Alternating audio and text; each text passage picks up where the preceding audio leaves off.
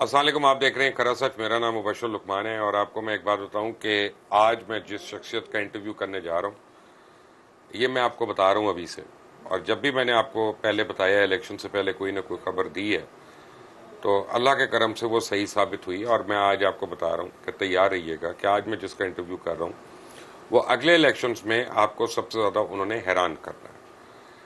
کچھ لوگ ان کو سمجھتے ہیں کہ وہ پاکستانی سیاست کا سب سے زیادہ روشن ابھرتا ہوا ستارہ ہے، کچھ لوگ سمجھتے ہیں کہ وہ مذہبی کارڈ استعمال کرنے والے تشدد پسند لوگ ہیں اور ان کو روکنا چاہیے، اور ہمارا معاشرہ ڈیوائیڈڈ ہے ان کے بارے میں، کوئی ایک رائے نہیں ہے یونیفارم۔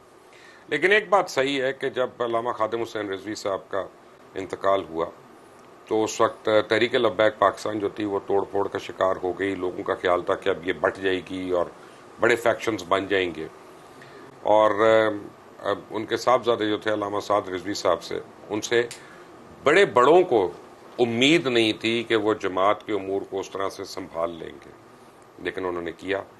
اس کے بعد ان کی نظر بندی ہو گئی، پھر ان کو جیل ہو گئی، اور وہ آرڈیننس بھی لیپس کر گیا جس قانون کے تحت ان کو جیل کیا گیا، لیکن اس کے باوجود ان کو حبس بے جا میں رکھا گیا بہت لمبا عرصہ۔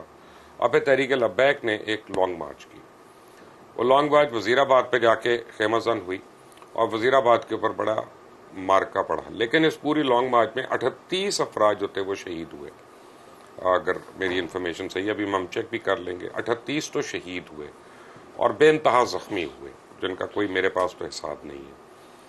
لیکن سارے جو تھے ان کا نعرہ بڑا سمپل تھا کہ امیر جماعت کو رہا کرو جن کو تم نے غیر قانونی طور پہ اندر رکھا ہے، اور ناموس رسالت کے لیے ہم کھڑے، اور ان کا کوئی مطالبہ ہی نہیں تھا۔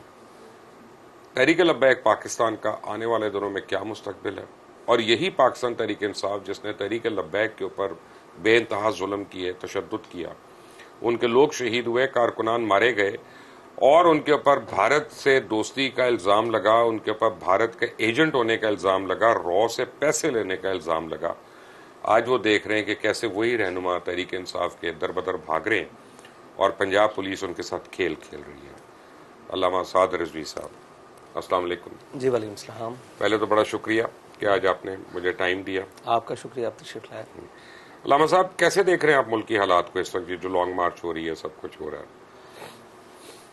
ملکی حالات تو شروع سے ایسے ہی ہیں، جب بھی کسی کو اپنے مفادات کے لیے کوئی ضرورت پڑتی ہے تو وہ نعرہ لگا لیتا ہے، یا کوئی نظریاتی طور پر باہر نکلتا ہے تو وہ ایک اپنے ساتھ لوگوں کو اکٹھا کرتا ہے، یا ہم ذہن بناتا ہے، یا ہم نوا بناتا ہے، روڈ پر آ جاتا ہے۔ ملکی حالات اگر جمہوریت کسی ملک میں ہو اور اس میں احتجاج ہو رہے ہوں تو ملکی حالات ٹھیک ہوتے ہیں، کوئی مسئلہ نہیں ہوتا۔ احتجاج کیونکہ جمہوریت کا حسن کہا جاتا ہے، اور لانگ مارچز بھی اسی کا حصہ ہیں، تو ملکی حالات تو بالکل ٹھیک ہیں۔ ہاں، جن لوگوں نے اپنے دور اقتدار میں ظلم کیا، آج ان کو کچھ اس کا حصہ مل رہا ہے تو ان کو اس سے پریشان نہیں ہونا چاہیے بس۔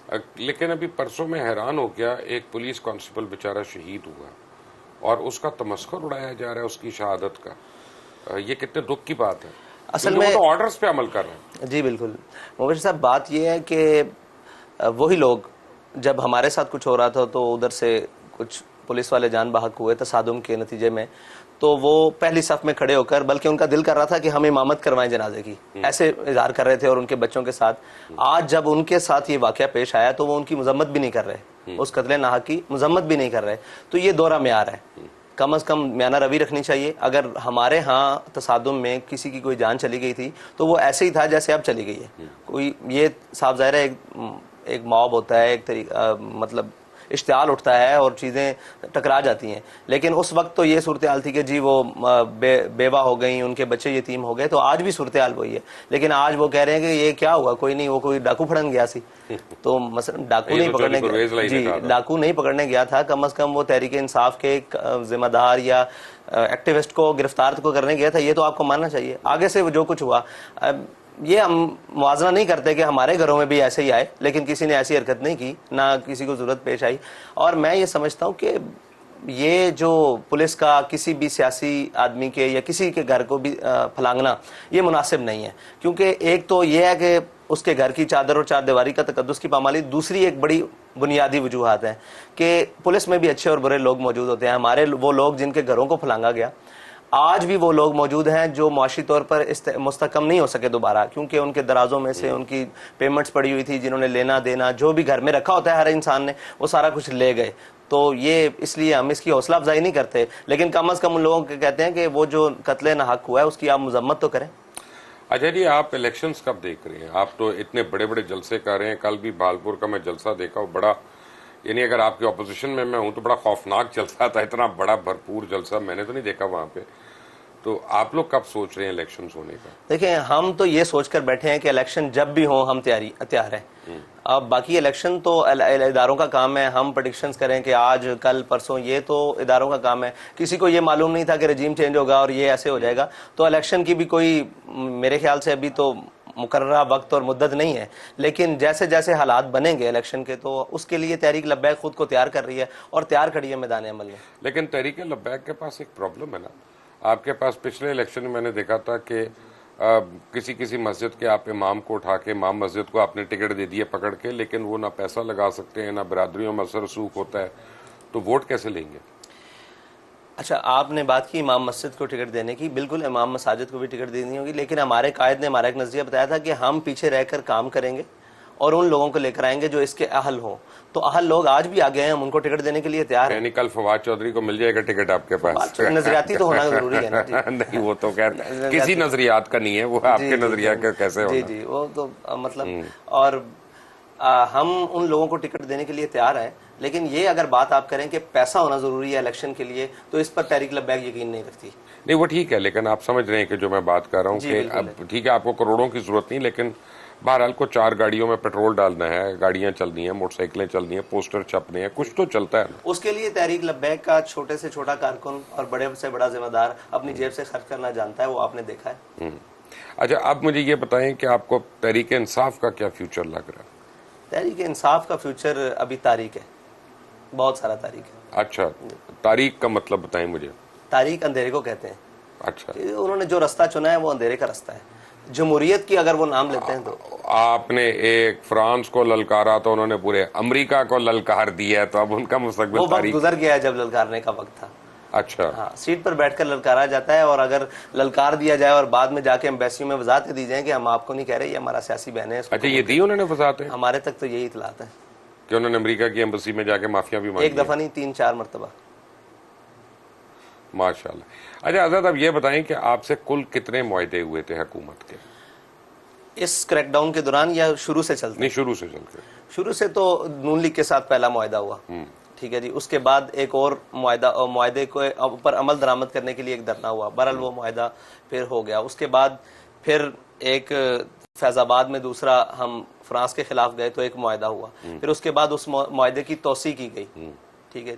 پھر وہ 12 اپریل کو ایک سانحہ پیش آیا. اس کے بعد پھر ایک معاہدہ ہوا جو تقریباً شاید 19 کی رات کو ہوا، میں جیل میں تھا، 19 کی رات کو طے پایا. اس کے بعد وہ معاہدے سے بھی منحرف ہو گئی حکومت، تو پھر ایک 7 ماہ بعد ایک اور معاہدہ طے پایا. تو وہ معاہدہ نہیں تھا اصل میں، جس معاہدے میں آخری معاہدہ تھا اس میں تو میں خود موجود تھا، صاحبزادے میرے پاس لوگ آئے تھے. تو وہ معاہدہ نہیں تھا، وہ تو زبانی کلامی بات تھی. تو میں نے کہا تھا کہ اب آپ عمل کر کے دکھائیں گے، کاغذوں والی بات تو ختم ہو چکی ہے، نہ آپ کو ہم پر اعتبار ہے نہ ہمیں آپ پر اعتبار ہے. اچھا، ہوا یہ کہ ایک طرف وفاقی وزراء یہ کہہ رہے تھے کہ آپ بھارت سے پیسے لے رہے ہیں، آپ را کے ایجنٹ ہیں، دوسری طرف آپ کو جو ہے اڑا کر اسپیشلی جیل سے نکال کے راتوں رات اسلام آباد لے کے جایا جا رہا تھا خفیہ ملاقاتوں کے لیے. تو آپ نے پوچھا اپنے دوستوں سے کہ یار ایک طرف مجھے یہ کہہ رہے ہو، دوسری طرف مذاکرات کر رہے ہیں؟ اس ملک میں جو بھی چیز ہوتی ہے نا وہ وقتی ہوتی ہے. اس وقتی چیز کو ٹھنڈا کرنے کے لیے جس کے منہ میں جو آتا ہے وہ بکے جاتا ہے. یعنی پاکستان کا مطلب کیا جب ہمارے بڑوں نے بنایا تھا تو کیا لا الہ الا اللہ. آج کل ان لوگوں نے بنا دیا کہ پاکستان کا مطلب کیا جو منہ میں آئے بکے جا. یعنی کوئی تیاری کے بغیر، کسی چیز کے بغیر، جو جس کے دل میں آتا ہے وہ سامنے پھنستا ہے. وہ یہ نہیں کہتا کہ بھائی میں آپ کو پوچھ کر بتا دوں گا، میرے پاس انفارمیشن نہیں. وہ سمجھتا ہے، اپنا پورا حق سمجھتا ہے کہ میرے ذہن میں جو چیزیں آئی ہیں میں اس کو بتا دوں اور اس کو بیان کر دوں. تو یہی حالات اس وقت حکومت اور ان کے وزیروں کی تھی کہ جو ان کے منہ میں ان کو خود نہیں پتا تھا کہ ہم کیا چاہتے ہیں، معاہدہ کہاں ہوا ہے، کیسے. لیکن وہ سمجھتے تھے کہ ہم اپنا جناب روب جمانے کے لیے اور شیخ رشید جیسے لوگ اور فواد چودھری جیسے لوگ میڈیا پہ آ کر، یہ تو آپ میڈیا والوں کی بھی مہربانی ہے کہ ان کی لایانی گفتگو پوری قوم کو سناتے رہتے ہیں. آپ یہ نہیں یاد آپ کو کہ ہمارے وارنٹ نکل آئے تھے آپ کی وجہ سے؟ جی وہ بالکل یاد ہے. مہربانی یاد نہیں آپ کو؟ اب میں نے بحثیت مجموعی ہاں بات کی. بالکل. لیکن ایک بحثیت مجموعی اگر بات کریں تو میں آپ کو جو بات کہنے لگا ہوں وہ ذرا سخت ہے. میں پہلے اس کے لیے اپولوجائز کر رہا ہوں، معذرت کر رہا ہوں. نہیں، آپ کو ضرورت نہیں. ہمارا ایک عام تاثر ہے کہ مولوی سے بچو، مولوی تشدد پسند ہے، مولوی جو ہے عورتوں پہ ظلم کرنے والا ہے، مولوی جو ہے بچوں کی تعلیم کے خلاف ہے، مولوی جو ہے وہ پروگریسو ہونے کے خلاف ہے. اور پھر ہمیں تو ایک عام آدمی کو پتہ نہیں چلتا کہ جی یہ دیوبندی ہے، یہ اہل حدیث ہے، یہ اہل سنت ہے، یہ اہل تشیع ہے، یہ بالکل نہیں پتہ. تو جب ہم مولوی کو دیکھتے ہیں ہم سب کو ایک ساتھ کر دیتے ہیں.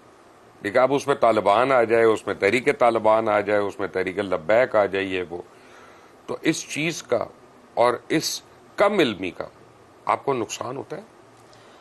دیکھیں، ہمیں ذاتی حیثیت میں تو کبھی نقصان نہیں ہوتا ان ساری چیزوں کا، لیکن جس تناظر میں یہ ہے، یہ ایک پروپیگنڈا ہے. یہ شروع سے آپ جب سے دیندار کو مولوی کہا جاتا ہے نا، جس نے آپ کے ہاں داڑھی رکھ لی وہ مولوی ہے، وہی آپ اس کو مولوی گنتے ہیں. تو یاد رکھیے گا، دیندار آدمی سے نرم کوئی شخص نہیں ہوتا. یہ کہتے ہیں کہ جو عورتوں پر ظلم کیا ہے شروع دن سے لے کر آج تک کوئی ثابت نہیں کر سکتا کہ ظلم کی تفصیل کیا ہے. یورپ میں جو کچھ ہوتا، پاکستان میں جو کچھ آج تک خواتین کے ساتھ ہو رہا ہے، کیا اس کے سارے ذمہ داران مولوی؟ اس ملک کے باغ دوڑ کب مولویوں کے ہاتھ میں آئی؟ ایسے کچھ گھروں میں خواتین بھی کم نہیں کرتی. جی وہ ایک علیحدہ بات ہے کہ ان کا کیا رول ہے اس میں، لیکن آج تک کسی بھی معاملے میں خواتین کا کوئی معاملہ ہے، اگرچہ وہ سانے مینار پاکستان ہو یا کسی بھی طرح کا ہو یا کوڑے مارنے والی بات ہو، آپ اس پر مولویوں کا رد عمل پوچھیں پوری قوم سے. لیکن جب بات آ جاتی ہے ان کے اوپر، ان کے اپنے کے اوپر، تو یہ تو آپ کے سامنے ہے کہ یہ اپنی خواتین کے ساتھ کیا اشر کرتے ہیں. یہ اپنی بیٹیاں خود بیچ کر آئے ہیں آپ کے سامنے. عافیہ صدیقی کو ہم نے مولویوں نے بیچا ہے. تو خواتین کے اوپر ظلم ہو یا معاشرے کے اندر، یہ ایک پروپیگنڈا ہے جو کر دیا گیا ہے اور وہ قوم کے ذہنوں کے بچوں کے، چھوٹے چھوٹے بچوں کے ذہنوں میں ڈال دیا گیا. کوئی داڑھی رکھ لے تو مولوی بن رہا ہے. بھی مولوی بننا کون سا جرم ہے؟ یہ تو پھر ہمارے قائد کو سلام پیش کرنا چاہیے. چاہیے. یہ تو بتائیں نا کہ ممبر جو ہے سب سے بڑی سنت ہے، اور اس پہ کیوں ڈویژن ہو؟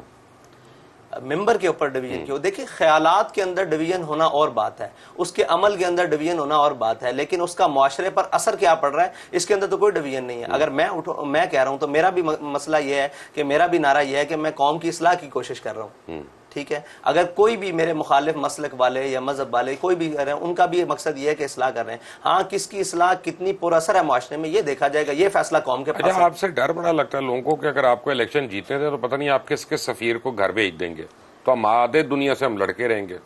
دیکھیں، ہم کسی اس سفیر کو نہیں بھیجیں گے جس کے ساتھ ہماری ذاتی مسائل ہوں گے. ہاں، جو ہمارے آقا و مولا صلی اللہ علیہ وسلم کی ناموس اور ان کی عزت نہیں کرے گا، ہم اس کی عزت نہیں کریں گے، وہ اگرچہ کوئی بھی ہو. لیکن ہم اس کی عزت نہ کریں کافی ہے. اس کی عزت نہ کریں، اس سے نفرت کا اظہار کریں، یہ بھی تو ضروری ہے. لیکن میرا مطلب ہے کہ ملکوں میں تو لوگ رابطے تو رہتے ہیں نا. اس کو نفرت کا اظہار، یہ جو فرانس والا معاملہ ہے نا، یہ فرانس والا معاملہ ریاستی سطح پر ہوا ہے، اس لیے اس کے سفیر کی ہم یہ لوگوں کو آج تک سمجھ نہیں آیا. جی میں اس لیے کلوا رہا ہوں. جی، یہ جو فرانس والا مسئلہ ہے نا، یہ ریاستی سطح پر گستاخی ہوئی ہے. ہم اس ریاست سے نفرت کے لیے اتنا بڑا یہ اقدام اٹھایا گیا.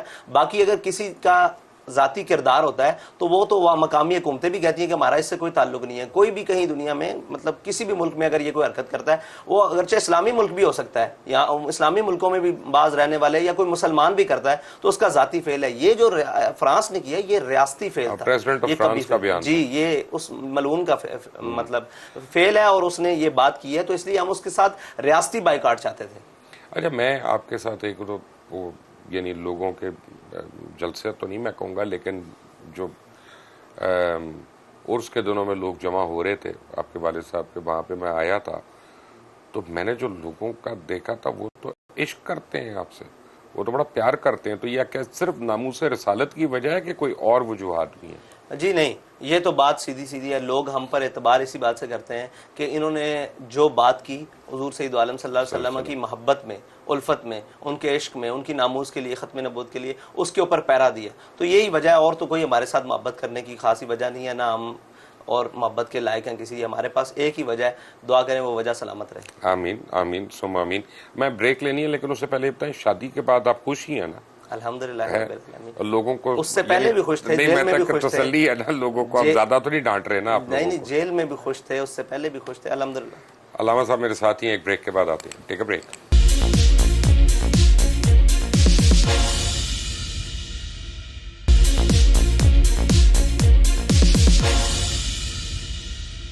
Welcome back from the break. اور بریک پہ جانے سے پہلے آپ باتیں سن رہے تھے کھری کھری علامہ سعد رضوی صاحب کی۔ علامہ صاحب مجھے یہ بتائیے گا کہ جب تحریک لبیک کا دھرنا تھا، تحریک لبیک کی مارچ تھی، تو میں خود دیکھا، میں نے آپ کے جتنے قائدین تھے وہ سارے اپنے بچوں کے ساتھ وہاں پہ تھے، یہ وہ خود آپ کے گھر والے، آپ کے چھوٹے بھائی جو تھے ان کو تو یعنی پولیس کی لاٹھیاں بھی پڑیں، کافی کچھ ہوا، لیکن عمران خان ایک ہیلی کاپٹر پہ آئی ہیں اور ان کی قیادت، نہ ان کی بیگم صاحبہ آئی ہیں، نہ ان کے بچے آئی ہیں، لوگوں کے بچوں اور خواتین کو انہوں نے بالکل بلوایا وہاں پہ، اور ان کے قائدین کے بھی کوئی فیملیز وغیرہ نہیں آئیں۔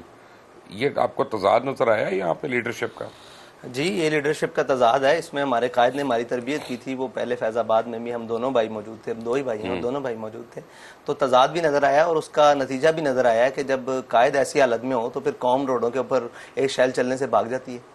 یہ آپ نے دیکھ لیا اور میں نے بھی دیکھ لیا۔ اگر قائد خود سامنے ہو لوگوں کے، اور لشکر تھوڑی لڑتے ہیں، وہ تو قائد لڑاتا ہے، تو صاف ظاہر ہے جب لشکر ہوا میں اڑ رہے ہوں تو جناب جو نیچے کارکن ہوں گے، جو جن کو مجاہد کہا جا رہا ہے آج کل، تو وہ مجاہد تو پھر صاف ظاہر ہے صفوں میں توڑ کر بھاگیں گے۔ اچھا، آپ کو خبر تو مل گئی ہوگی صبح سے کہ مریم نواز صاحبہ نے اس پہ ٹویٹ بھی کی ہے، طلعت حسین صاحب نے بھی ٹویٹ کی ہے کہ جناب ایک زبیر نیازی صاحب کے گھر سے کافی بڑی تعداد میں اسلحہ برآمد ہوا، یہ وہ، اور وہ اپنے قائد کی کال پہ جہاد اپنے ملک میں اسلامی حکومت کے خلاف، کیا یہ جہاد ہے؟ اب دیکھیں جہاد کی تو کئی اصطلاحیں ہیں، پتہ نہیں خان صاحب نے کون سی اس کو اور کس ٹائم پہ چوز کیا ہے، تو آپ وہ جو ہم سب پر کہتے ہیں کہ یہ مذہبی کارڈ کھیلتے ہیں، تو یہ مذہبی کارڈ نہیں، یہ جہاد، وہ کوئی نیا لفظ نکال کر لاتے تو ہم مانتے ہیں کہ جناب یہ سیاسی لفظ ہے اور یہ معاشرتی، آج کل اس کا مذہب سے کوئی تعلق تو نہیں ہے۔ ریاست مدینہ بنا رہے ہیں، تو ریاست مدینہ مذہبی کارڈ نہیں ہے؟ ہاں بالکل ہے۔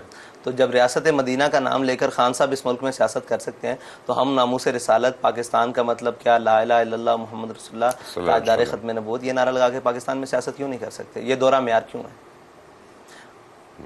یہ تو اب میرے پاس کوئی جواب نہیں ہے۔ تو اسی طرح یہ اس کا جواب کسی کے پاس بھی نہیں ہے کہ وہ جب بھی بات آتی ہے ہم پر اٹیک کر لیتے ہیں اور جب جواب دینے کی باری آتی ہے تو خاموش۔ لیکن آج سپریم کورٹ نے ان کو تھوڑا ریلیف پہنچا دیا کہ جی ان کے لیے راستے بھی کھول دو، ان کو اسلام آباد بھی آنے دو، احتجاج بھی کرنے دو۔ آپ کی دفعہ تو ہمیں میڈیا کو بھی بلیک آؤٹ ہو گیا تھا نا۔ یہی تو دورہ معیار ہے کہ وہ عدالتیں ہوں یا کورٹس ہوں یا میڈیا ہو یا کوئی بھی ہو، وہ اپنا رویہ ہماری مرتبہ تبدیل کر لیتے ہیں، اگرچہ وہ بھی اسی قوم کے بیٹے ہیں، یہ پاکستانی کہلانے والے ہوتے ہیں۔ ہمارے احتجاج میں کوئی شخص بھی پاکستانی شناختی کارڈ کے بغیر نہیں ہوتا۔ اچھا جی، کپتان نے تو کہا تھا کہ 20 لاکھ افراد آئیں گے وہاں پہ جلوس لے کے، تو ابھی تک تو کوئی 8-9 ہزار ہیں جو میرے خیال ہے ٹوٹل ہر طرف سے نکلے ہوئے ہیں۔ اب سوشل میڈیا پہ اگر دیکھا جائے تو ان کا بڑا طوفان ہے، لیکن آپ کے لوگ سوشل میڈیا پہ جڑ جاتے ہیں ان کو، یہ آپ کے پاس کہاں سے اتنا پیسہ آ رہا ہے سوشل میڈیا پہ لگانے کے لیے؟ نہیں ہمارا پیسہ نہیں ہے، ہمارے لوگ ہیں، ہم متوسط طبقے سے تعلق رکھتے ہیں، کوئی اتنا معاملہ نہیں ہے، لیکن جذبہ ضرور ہے اور حقائق ضرور ہیں اور وقت نے سکھا دی ہے، اور ان کے پاس اگرچہ وسائل نہ ہوں، کم وسائل ہوں، لیکن وہ اپنے جذبے سے اس کو مکمل کر لیتے ہیں، یہ آپ نے دیکھا۔ اچھا جی، آپ کے خیال میں الیکشن پہلے ہونے چاہیے کہ لیٹ؟ الیکشن اپنے وقت پر ہونے چاہیے، اگلے سال؟ بالکل۔ تو اب جو عمران خان اتنا بیچارہ رو پٹ رہے ہیں تو کوئی آدھے پودے پہلے نہ کرا لیں؟ تو میں تو یہ کہتا ہوں کہ الیکشن ہونے کے بعد بھی وہ ایسے رو پٹ رہے ہوں گے، پھر کیا کریں گے ہم؟ بھئی وہ تو روئیں گے نا، جب سیٹیں کم ہوں گی تو انہوں نے رونا ہی ہے، ہمیں پتہ ہے آج کا۔ تو اس کے لیے انہیں انتظار کرنا چاہیے، وہ جمہوری آدمی ہے، ان کو تو بالکل، انہوں نے کہا تھا کہ میں جمہوریت کے لیے اسٹرگل کر کے آیا ہوں 20 سال، تو انہیں انتظار کرنا چاہیے اچھا الیکشن کے جی، لیے۔ تحریک لبیک جو ہے یہ بھی صحیح بات ہے کہ خود سے شاید 250 سیٹیں نہیں لے سکتی، یہ ابھی نہیں لے سکتی، اگر 2 الیکشنز کے بعد لے لے تو وہ اللہ کو پتہ ہے۔ تو کیا ایسی صورت میں آپ مختلف جماعتوں سے الحاق کرنے کا سوچیں گے کہ سندھ میں کریں، کے پی کے میں کریں یا پنجاب میں کریں؟ تحریک لبیک ایک بنیادی سیاسی نظریاتی جماعت ہے، یہ کسی کے ساتھ الحاق کا ابھی تک جانے کا سوچ بھی نہیں سکتی، کیونکہ ہم نے اپنے کارکنوں کو, اپنے لوگوں کو اس بات کے اوپر لے کر آئے ہیں کہ یہ سب غلط لوگ ہیں. تو غلط لوگوں کے خلاف ہمیں 10 سال ایک الیکشن نہیں 100 الیکشن بھی لڑنے پڑے تو انشاءاللہ ہم اس بنیاد کے اوپر لڑیں گے. اور کوئی وقت تو آئے گا یا کوئی دن تو ایسا آئے گا جب قوم کو نظر آئے گا کہ ان کے علاوہ کوئی ہمارا مسیحا نہیں ہے. اچھا ٹھیک ہے, ہم نے مان لیا کہ آپ, پہلے تو مجھے یہ بتائیں کہ آپ کا ٹکٹ دینے کا کیا کرائیٹیریا ہے؟ ہمارے ٹکٹ دینے کا سب سے پہلا کرائیٹیریا تو ہے کہ وہ ہمارے نظریات سے متفق ہو. وہ تو ہر مسلمان ہوگا, جو اس بات سے متفق نہیں ہوگا مسلمان نہیں ہوگا. ہمارے نظریات سے متفق ہو, ٹھیک ہے. دوسری بات یہ ہے کہ وہ اشرافیہ سے نہ ہو. اچھا ٹھیک ہے, اشرافیہ سے نہ ہو. تیسری بات یہ ہے کہ اس نے اتنی بار الیکشن نہ لڑ چکا ہو کہ اس کے حلقے سے کوئی دوسرا شخص ہی نہ اٹھ سکے, نئی قیادت ہی سامنے نہ آ سکے. اور تیسری بات یہ ہے کہ وہ ہمارے ساتھ مشکل حالات میں بھی ویسے ہی کھڑا ہو جیسے الیکشن کے عمل میں کھڑا ہوتا ہے. اچھا تو ایک تو ہوتا ہے نا کہ یہ تو چلیں آپ کا الیکشن کا سلوگن ہو گیا, لیکن آپ کا الیکشن کا منشور کیا ہوگا کہ آپ آ کے کیا کریں گے؟ الیکشن میں آ کے کیا کریں گے؟ یعنی اس کے جیت کے کیا کریں گے؟ جیت کر, ہم الیکشن جیت کر سب سے پہلے تو یہ جتنی چیزیں ہیں, ایک تو معیشت کے اوپر سود مسلط ہے اس کو ختم کریں گے, پہلا بنیادی معاملہ ہے, ٹھیک ہے جی. اس کے بعد جتنی بھی یہ ملک کا آئین اسلامی ہے, ٹھیک ہے جی, اس کی جتنی بھی اسلامی شکیں اس کو نافذ کرنے کی کوشش کریں گے, اور جہاں تک اگر ممکن ہو سکا اسلامی نظام کے طریقے سے کار سے اس کو ڈالیں گے پورے نظام کو.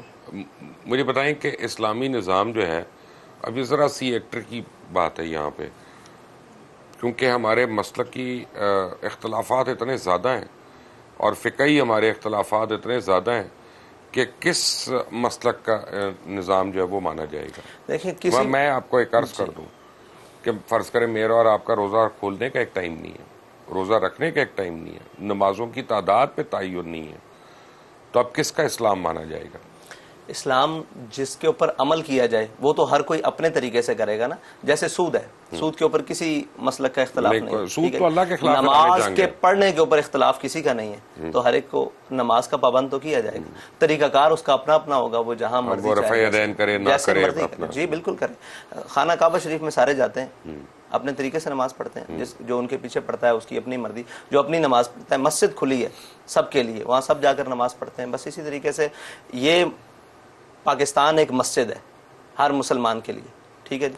بڑی ایک ہمیں سوچنے کی بات ہے کہ کیا آپ لوگ طاقت جب آپ لوگ کو ملتی ہے تو آپ دوسرے مسالے کو کافر کافر تو نہیں کہنا شروع ہو جائیں گے؟ ہم نے آج تک کافر کافر کا نعرہ کسی کے بارے میں بھی نہیں لگایا. جن سے ہمارا بالکل ٹکر ہے سیدھی, ہم نے ان کے بارے میں بھی یہ لفظ غلط العام نہیں کیا. اچھا تو اب مجھے بتائیں کہ آپ سود کیسے ختم کریں گے, اس کا متبادل کوئی نظام ہے آپ کے پاس؟ جی وہ بالکل ہے, وہ وقت آئے گا تو آپ کو چلا کر دکھائیں گے. یعنی ایک دفعہ ہم نے عمران خان کا یہی باتوں کا یقین کیا تھا کہ میرے پاس ٹیم ہے, میں آ کر ٹھیک چلا دوں گا, آج تک ہم بھگت رہے ہیں. جی ایسا نہیں ہے.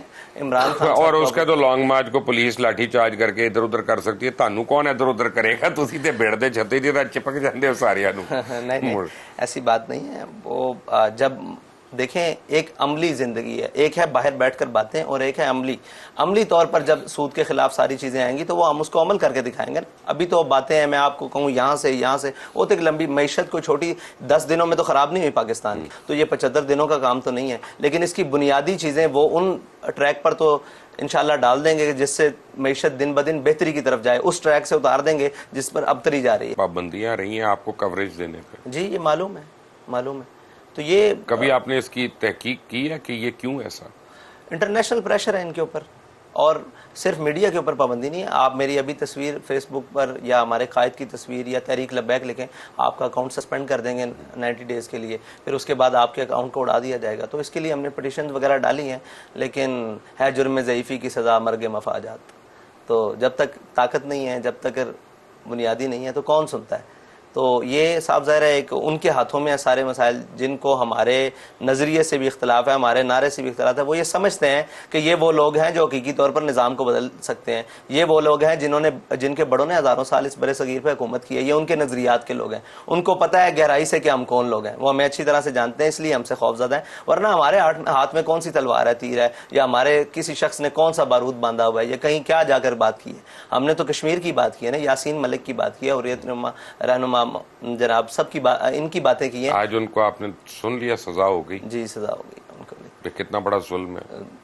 دیکھیں اس کی سزا کے محرکات کون ہیں, جنہوں نے آج تک کشمیر کے نام پر قوم کو کھایا اور ان کے لیے کوئی عملی اقدام نہیں کیا. دیکھیں آپ جہاں سے مرضی بات کریں, جب یہ کہتے ہیں جی جنگ مسئلے کا حل ہے, تو ہم کہتے ہیں آپ اٹھا کر تاریخ دیکھ لیں, جنگ ہی مسئلے کا واحد حل ہے. آپ تو آج تک کشمیر کے لیے ان سے تگڑی کوئی بات بھی نہیں کر سکے. تو جب ایسے ہوگا تو ایسے یاسین ملک ہزاروں بھی ہوں, وہ تختہ دار چڑھتے رہیں گے یا قید و بند کی صحبتیں برداشت کرتے رہیں گے, کشمیر کا عملی حل نہیں نکلے گا. کشمیر تو ویسے بھی کہا جاتا ہے کہ اب آپ ہار چکے ہیں اس کے اوپر, تو کشمیر ویسے ہی واپس مل سکتا ہے جیسا طریقہ کار اسلام کے اندر موجود ہے, اور وہ ہے جہاد. اگر اس سے آپ آنکھیں چھپاتے رہیں, تا قیامت بھی چھپاتے رہیں, تو کشمیر تو آپ کے ہاتھ میں آنے والا نہیں ہے.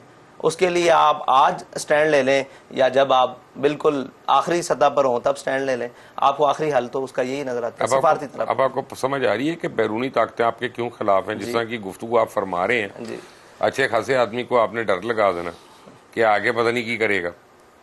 آگے کچھ بھی نہیں کرے گا, پاکستانی کو عزت سے جینے کا حق دے گا, کم از کم یہی کرے گا, اور تو کچھ نہیں کرے گا. آپ دیکھ رہے ہیں کراسٹ, میرا نام مبشر لقمان ہے. علامہ سعد رضوی ہمارے ساتھ ہی ہیں. ایک بریک کے بعد, ایک بریک.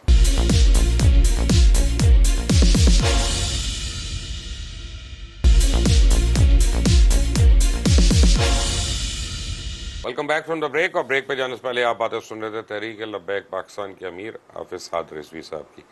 اچھا جی, بریک پہ جانے سے پہلے کشمیر کی بات ہو رہی تھی, اور میرے پروڈیوسر نے مجھے بتایا ابھی کہ آج سارا دن یاسین ملک صاحب کے لیے ٹرینڈ جو ہے صرف TLP نے, تحریک لبیک نے چلایا, تو باقی کسی کو ایسے خیال نہیں آیا کشمیر کا. ویسے تو ہم لوگ بڑا رونا روتے ہیں.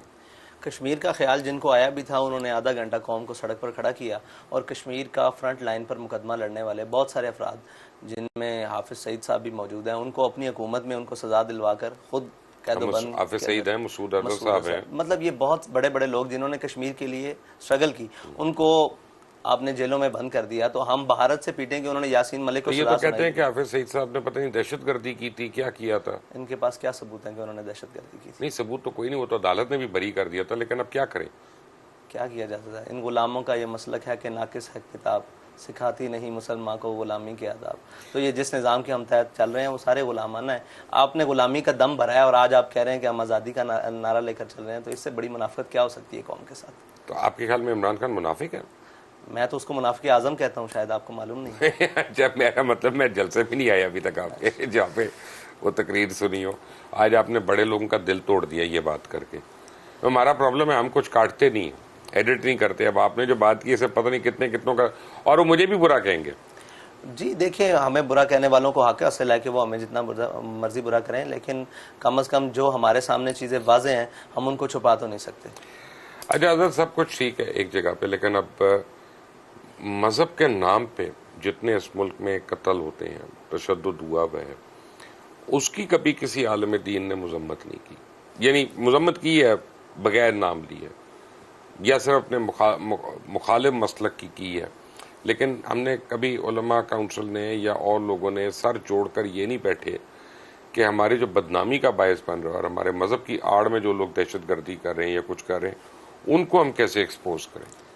کیسے آپ یہ کہہ سکتے ہیں کہ ان کو ایکسپوز نہیں کیا؟ مفتی منیب الرحمان صاحب کی سربراہی میں وہ پاکستان کے بیانیے کے طور پر ایک پورا چارٹ بنایا گیا تھا, جس کے اندر تمام پاکستان کے علماء, مشائخ, تمام مسالک کے اور تمام ہر مکتبہ فکر سے تعلق رکھنے والے, وہ تمام متفق تھے. یہ سارا کچھ کیا گیا, لیکن مسئلہ یہ ہے کہ جب کوئی واقعہ ہوتا ہے تو ان ساری چیزوں کو پس پردہ ڈال کر ایک نیا بیانیہ لا کر ہم نے کھڑا کرتا ہے. جی ان کی وجہ سے آپ دیکھیں کہ یہ جو سیالکوٹ میں سانحہ ہوا تھا, ایک وہ مینیجر کا قتل تھا سری لنکن کا, تو اس کے اوپر سب سے پہلے مذمتی بیان ہم نے دیا تھا, بھائی نہیں ایسے نہیں ہو سکتا یہ جو کچھ ہو رہا ہے. لیکن دیکھا یہ جائے کہ اس کو ہم نے دے دیا, لیکن اب جو اس کے خلاف اس کے اندر ملوث ہیں ان کو اگر بری مل جائے, ان کو سزا نہ دی جائے, تو اس کی ذمہ دار تحریک لبیک تو نہیں ہے. اس کی ذمہ دار تو وہ لوگ ہیں جنہوں نے ان کو بری کرنا ہے یا جنہوں نے ان کو چھوڑ دینا ہے. اس مقدمے کو کمزور کرنے کے لیے جو کچھ کیا جائے, تو جو کچھ جنہوں نے کیا ہے وہ ذمہ دار اس کے وہ ہیں, تحریک لبیک تو نہیں ہے. اچھا یہ مجھے بتائیے گا کہ آپ کو ویسے دو جماعتوں کا تو مجھے پتا ہے, کیا زیادہ جماعتوں نے آپ سے رابطے کیے ہیں الحاق کے لیے؟ جی بہت سارے لوگ آتے ہیں سیاسی, ایون PTI آ چکی ہے, PTI, PMLN, اور اس PDM کے اندر بہت ساری جماعتیں ہیں جو کوشش کرتی ہیں. تو میں پی ٹی آئی کو ویسے بھی تنقید کی زد میں زیادہ اس لیے نہیں کرنا چاہتا کہ وہ اب بیچارے ان کی کوئی حالت نہیں ہے. ہم نے اس وقت عمران خان سے سامنے کھڑے ہو کر بات کیا جب وہ بات کے مقابلے میں گولی مارتا تھا, ہم نے تب کھڑے ہو کر بات کی. اب تو اس بیچارے کو خود شیل پڑ رہے ہیں, اس سے کیا بات کریں. اب تو آپ بات کریں ان کی جو یہ ہم مقامتی کے بوڑھے ہیں جنہوں نے پاکستان کو اس حالت میں پہنچا لیکن دیا. آپ نے مجھے ڈپریس کر دیا, آپ نے کہا کہ عمران خان کا سیاسی مستقبل تاریک ہے. تاریخ ہے جی. سیاسی مستقبل عمران خان کا مضبوط میری نظر میں اگر جس نظام کے تحت وہ چل سکتا تھا وہ یہی تھا کہ جس دن اس کے خلاف عدم اعتماد آئی تھی وہ اپنی فائل یا اپنا وہ بھی چیزیں اٹھاتا اور جا کر اپوزیشن کے ڈیسک پہ بیٹھ کر کہتا کہ چلو جی چلاؤ حکومت, میں آپ کے ساتھ ہوں, اگر آپ بے درستی کر سکتے تو ہم آپ کے ساتھ ہیں. یہ تو ہمارے قائد نے ہمیں بتایا تھا کہ بھئی آج یہ درستگی کا نعرہ لگائیں اور آج یہ درست طرف جانے کی بات کریں تو ہم ان کے پیچھے لگنے کے لیے تیار ہیں. تو اگر ہو گیا تھا, جمہوری عمل تھا, تم بھی گنتی پوری کر کے آئے تھے, اگر کسی اور نے کر لی تھی تو آ جاتے, ان کو لے آتے. وہ تو کہتے ہیں سازش تھی میرے خلاف. اگر سازش تھی تو وہاں پر بیٹھ کر وضاحت کرتے نا, اب یہاں پر تو نہیں ہو سکتی. کیسے قوم کو سازش, یہ تو ان کو بیانیہ مل گیا. یہ تو لانے والوں نے بھی اتنی بڑی غلطی کی جنہوں نے یہ عدم اعتماد پیش کی, ان کو بھی عقل ہونی چاہیے تھی کہ وہ اپنی موت مر رہا تھا اسے دوبارہ زندہ کر دیے. لیکن اپنا ملک کا بھی تو بیڑا کار ہو رہا تھا نا, اور 2-3 مہینے اسی طرح چلتا رہتا تو کیا اب ہوتا. مزید ہو رہا ہے. ابھی کوئی بہتری آ رہی ہوتی تو ہم کہتے کہ جناب یہ بہتری کے لیے ہے. یہ تو مزید ہو رہا ہے اور مزید ہوتا رہے گا جب تک ہم اللہ اور اس کے رسول سے جنگ کیے ہوئے ہیں. یہ تو ہم نہیں درست کر سکتے. وہ تو جب تک سود نہیں ختم ہوگا پھر ہوتا رہے گا. بالکل ہوتا رہے گا. میں آپ سے یہ کہتا ہوں کبھی بھی معیشت درست نہیں ہو سکتی. آج دیکھیں ہم کتنے قرض ہیں, تقریباً 2,30,000 ارب سے تو اوپر ہمارا قرضہ ہو چکا ہے.